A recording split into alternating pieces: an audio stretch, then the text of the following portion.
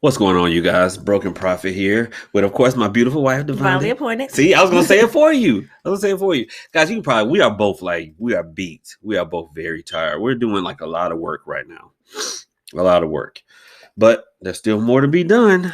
There's still more to be done. So ain't no rest for the weary or the wicked. No.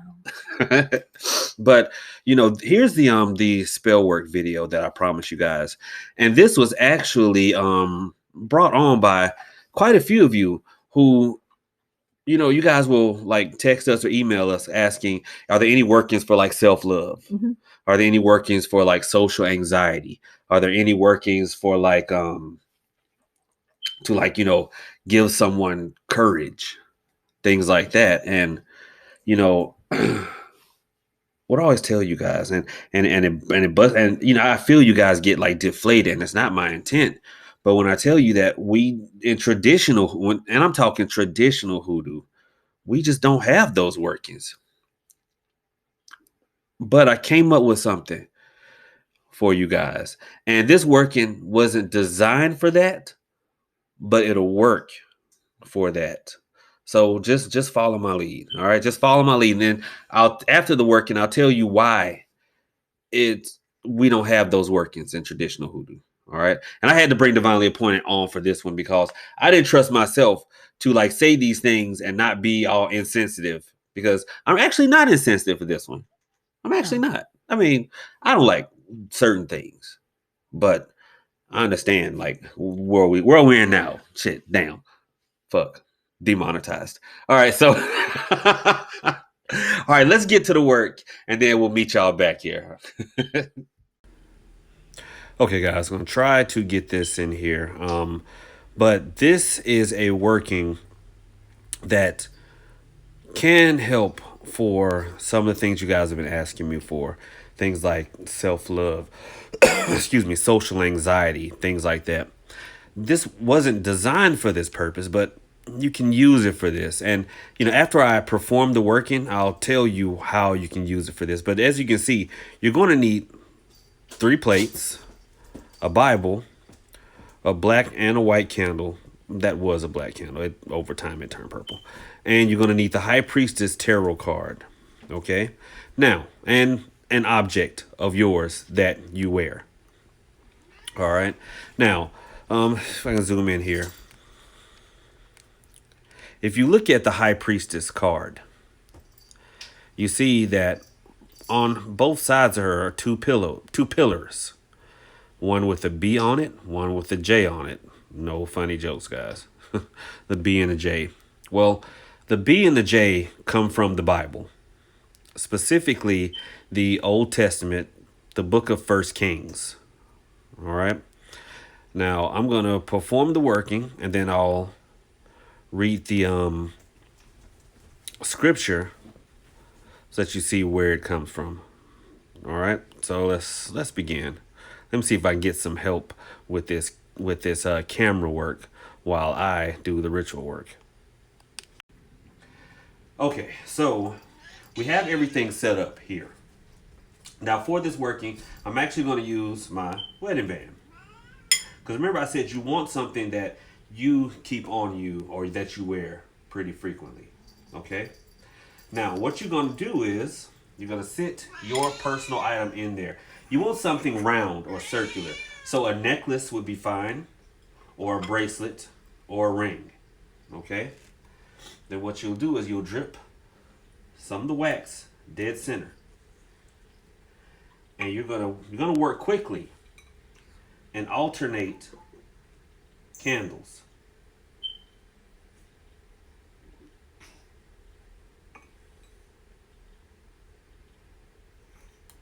And you're gonna drip it dead center.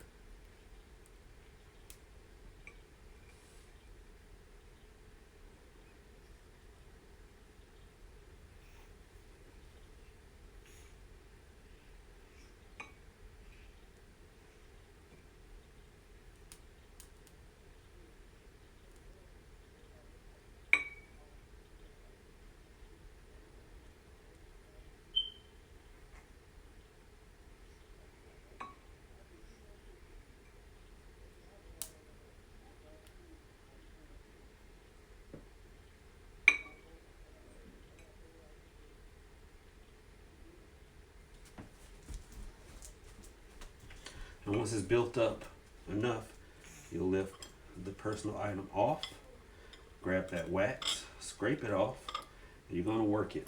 You see some of that is still wet. It's still liquid, but that's fine.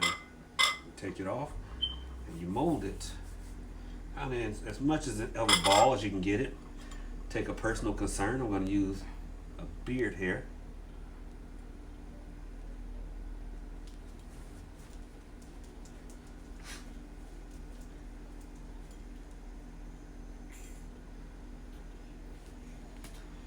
There, have a little marble. You pass the marble through the flame, set it down, pass the ring through the flames, set it back down around the marble. Then you open your Bible, and it's going to be 1 Kings. Pay no attention to my bookmark.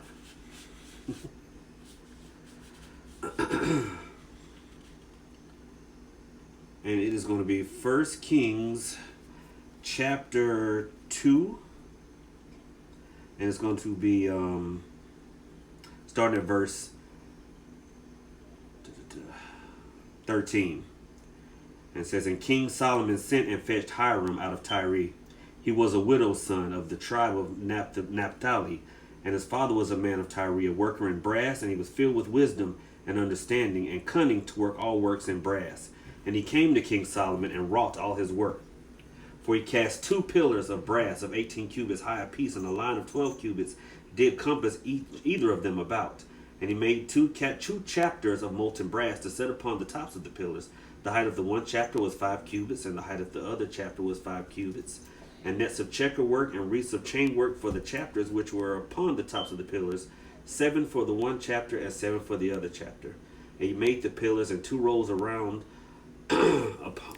about upon the one network to cover the chapters that were upon the top with pomegranates.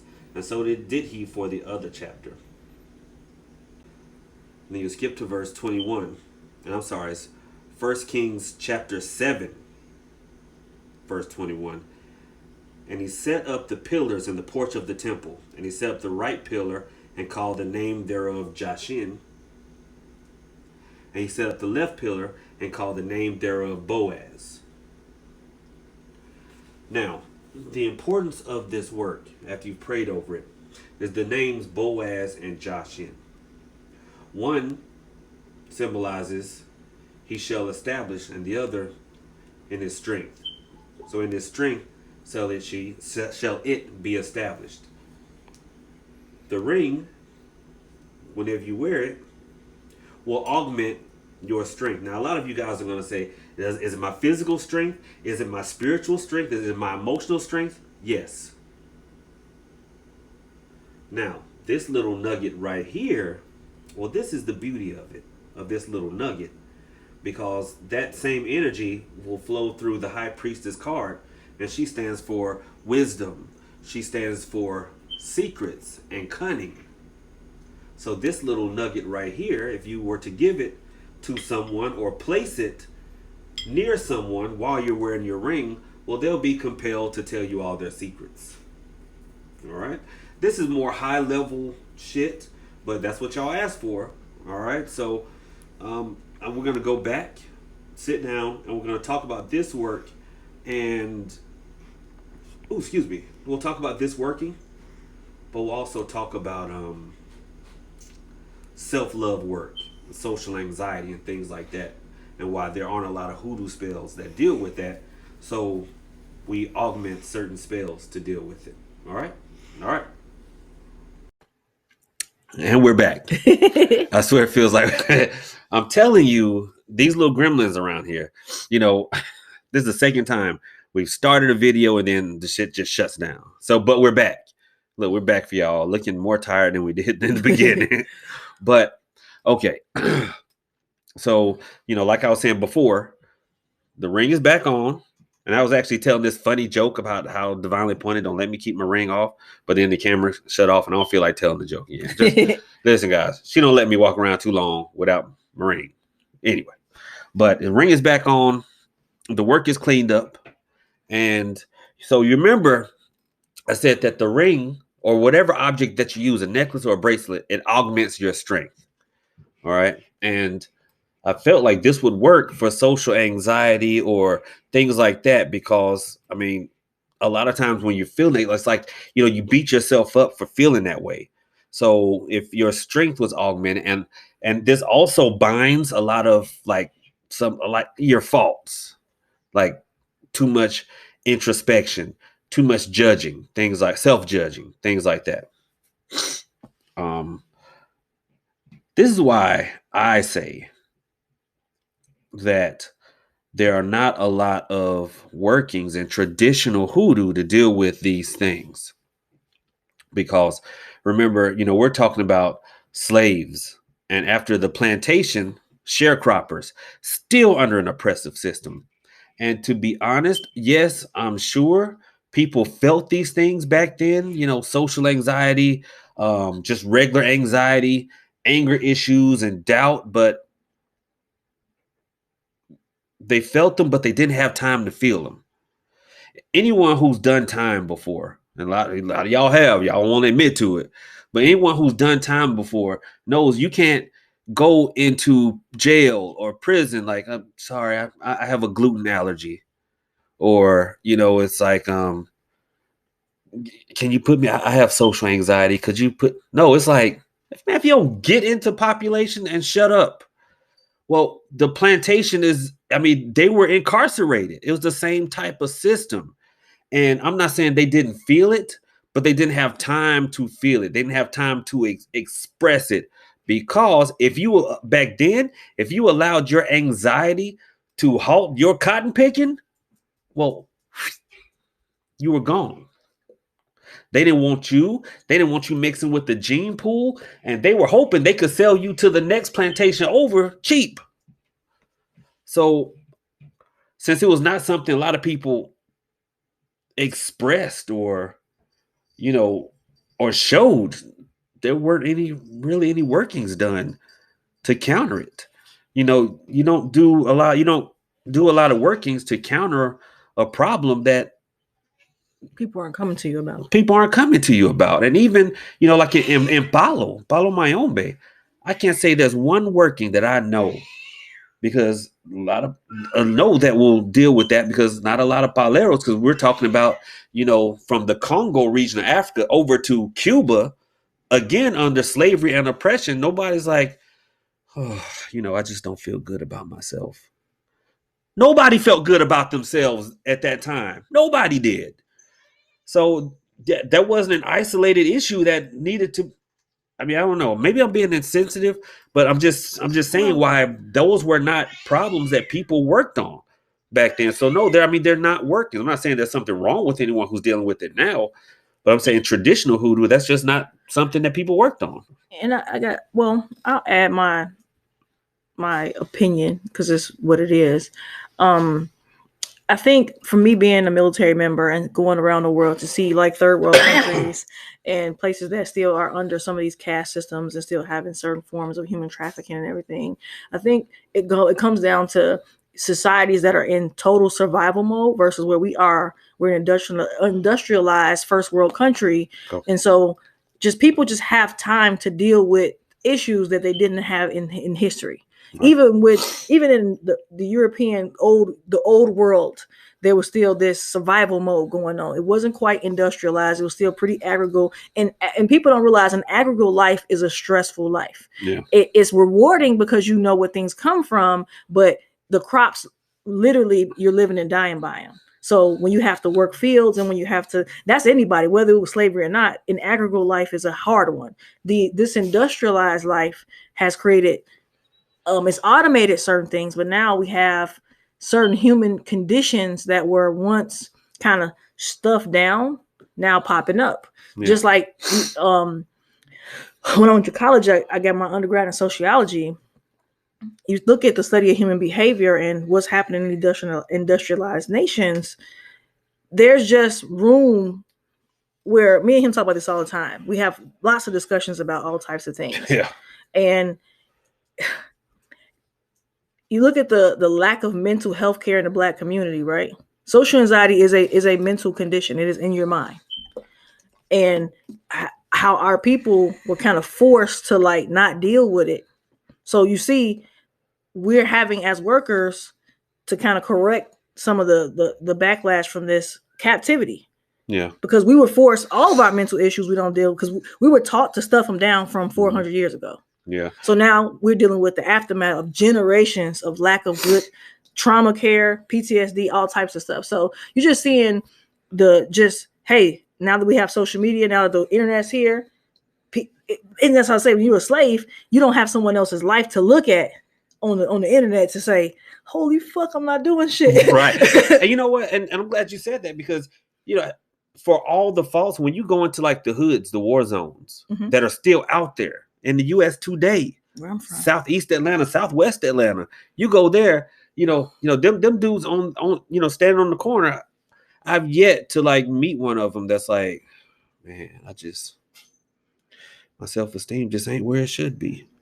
It might be low. We're surprised. It might be low, but I'm saying it's the expression. Yeah. No one says it, No, they don't express it. You would never know.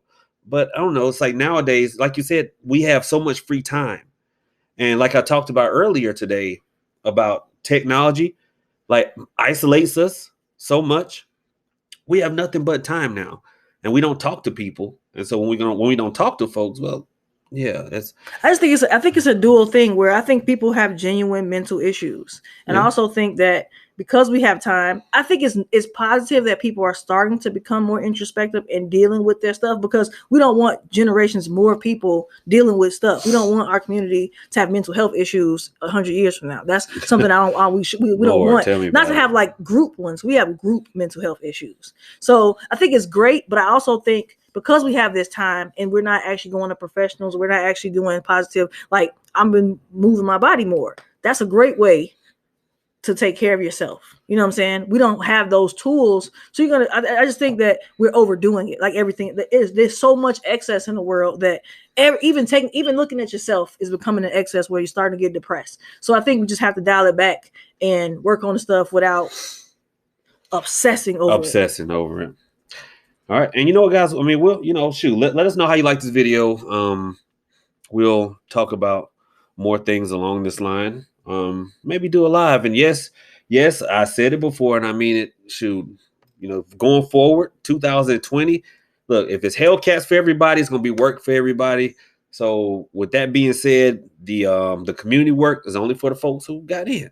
And we'll be streaming it, and you'll get a video. You can go back at it. So you guys who got in, that's good, because you'll be able to work along us. Because what's going to happen is you're going to buy into it the day of it. The day like we have on the calendar, you won't actually have the work. I'm going to send you a list of materials for that day, and then we're going to have we'll say a time and date, and you'll pop up on the live stream, and you can do the work right with us. To me, that's a great way for you to get a fast class, and to us to work together so we can all get to the same cause. Because I mean, we need your help. We got to work together. That's right. Hellcats for everybody. Or somebody mentioned a Jeep or something. But anyway, guys, thank y'all so much. Like I said, let us know how you feel about the video. Go to the website. There's still time, and we'll go from there. All right. Love you guys. Bye.